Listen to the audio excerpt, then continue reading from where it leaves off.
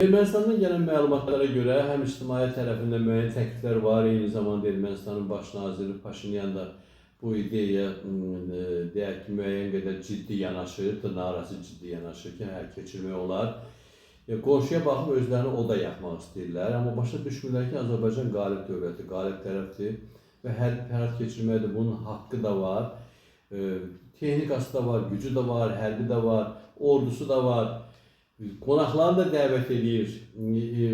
Bunlar məğlub vəziyyətdədirlər. Bu günləri ordular da hələ ortaya gəlib çıxmıyıbdır. Ordular da hələ oradan buradan kimdənsə nəsə umur, dəstək versinlər, pul versinlər, ordunu qursunlar.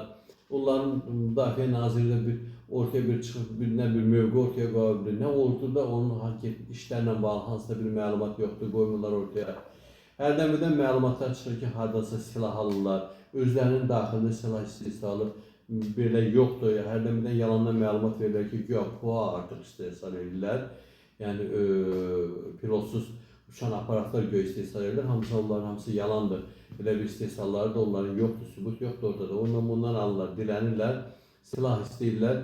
Hətta bu yaxınlarda bir açıqlama vermişdi ki, əgər Azərbaycanla Ermənistan arasında sülh müqaviləsi imzalanarsa və yaxud münasibətlər nizama düşərsə, bəzi ölkələr Ermənistana silah embargosuna güya embargosunu götürərlər.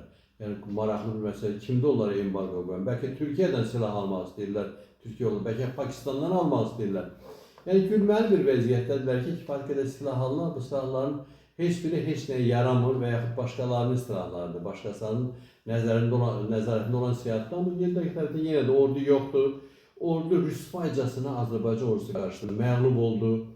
Heç bir ölçüyə sığmayan, dünyanın heç bir yerində görünməmiş ağır bir məğlubiyyət aldılar və nəyəsə müqavimət göstərmə bir əlaməti də olmadı. Onların bu məğlubiyyətini İkinci Dünya Müharibəsinin əvvəlində Fransanın, bunların böyük bacılarının məğlubiyyəti ilə müqayisə eləmək olar ki, bir ayın içərisində Hitlerin orduları bütün Fransanı işğal elədi. O dövrdə də güya Fransa ordusu Avropada birinci ən güclü ordu hesab olunurdu. Ondan sonra indiyənə qədər də Fransada həmin müharibəni xatırlamağı xoşlamırlar və adını çəkmək məcburiyyətində qalanda da adını qoyurlar Qərbə müharibə.